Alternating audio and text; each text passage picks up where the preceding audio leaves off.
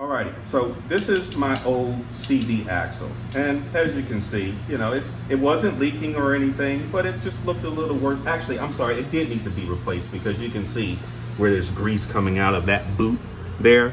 So that's busted, and we were working towards having to be replaced anyways. But luckily, I identified all of this stuff earlier on, and that's why we've got new axle shafts on the inside. So this is the inner portion. What I mean by that is this end is where that is. Follow me? Okay. What we're trying to overcome by getting this out and conversely back in, if you can see, there's a little clip there. Can you see that moving around? Can you see that moving around there? That clip? See that? Clip moving around? Okay, what we're trying to overcome, as you can see, here, let me give you an example with my fingers here. Again, spline, it's splined. See those teeth there? Those are your splines, and the grooves in between are going to mesh up, i.e., if you'll focus on me here,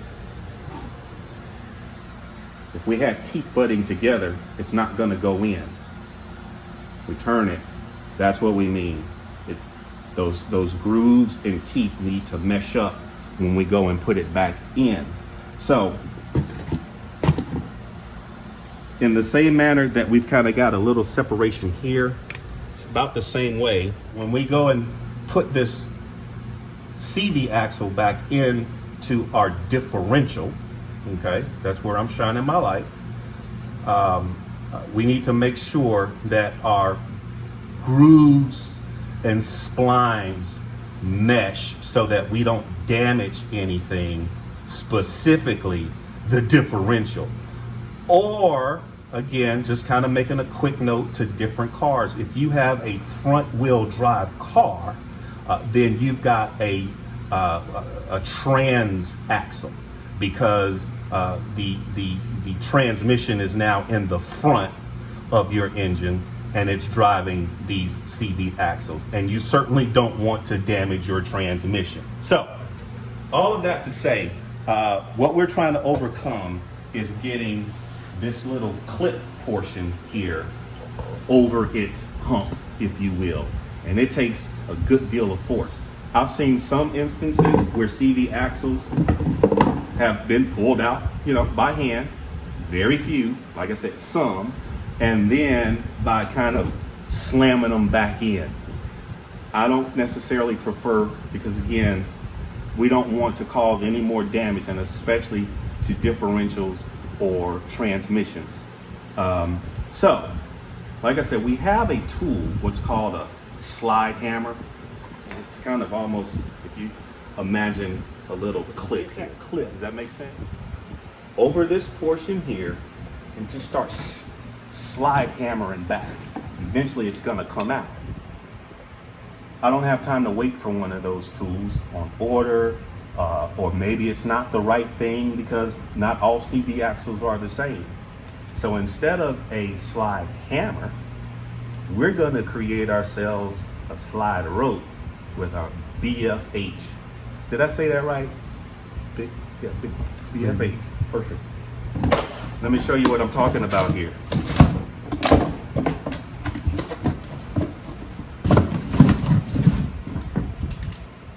Hopefully you have a ratchet strap. Now, if we were replacing CV axles, I don't really care whether or not we damage the CV axle trying to get it out. But because my CV axles are new, I really want to kind of be careful with them, but we need to be firm, okay? So what I'm going to do, and what I mean by that is, I'm concerned about, can you see this here? Where's our light? Do we need the light? We don't need the light, do we? I'm just pointing out our boot, okay? Because this is what's keeping all of our, actually, if you could go on the other side there. Yeah, just, we're concerned about not damaging the boot on our new CV axle. So what I'm going to do is, we really do need the light. okay? I'm gonna show you how I'm gonna set this up, but I want to be on the metal portion of this CV axle. All right, so we're using 2 ratchet straps. I've got one position where, again, like I said, we're gonna slide in the rope through the eyelet. So I've got one eyelet or one hook kind of on one side. I'm gonna put this one so that it's on the opposite side. So basically we kind of have like we've got hands pulling on each side, equal out the leverage here.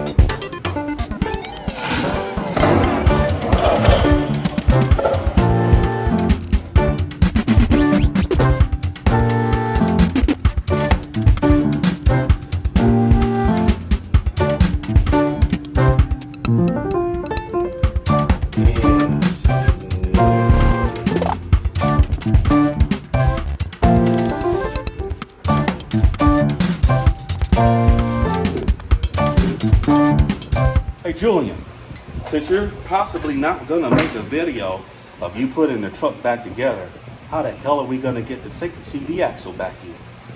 No problem. As you can see, as I showed you on the old one, okay, we've got our little circlip there, okay?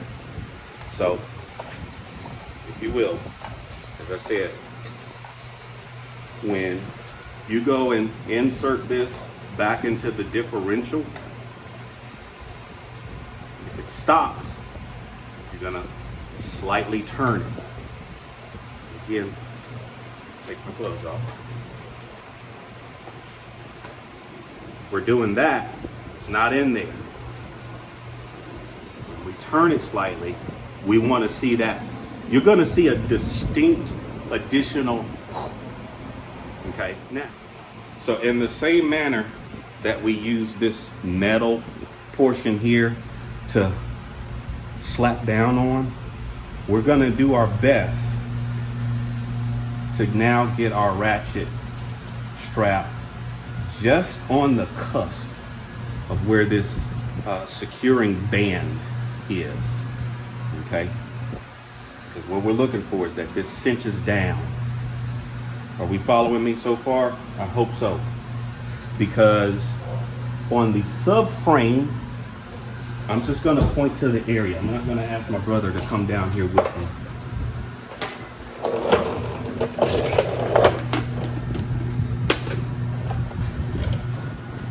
On the subframe, if you can see here, I'll get my pry bar. Can you see here, my pry bar? You got that? There's a hole there. As you can see, can you see how that's, can you capture how this ratchet is kind of in line?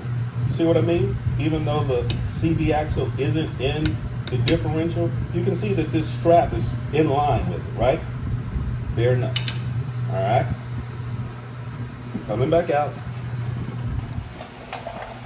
We're going to get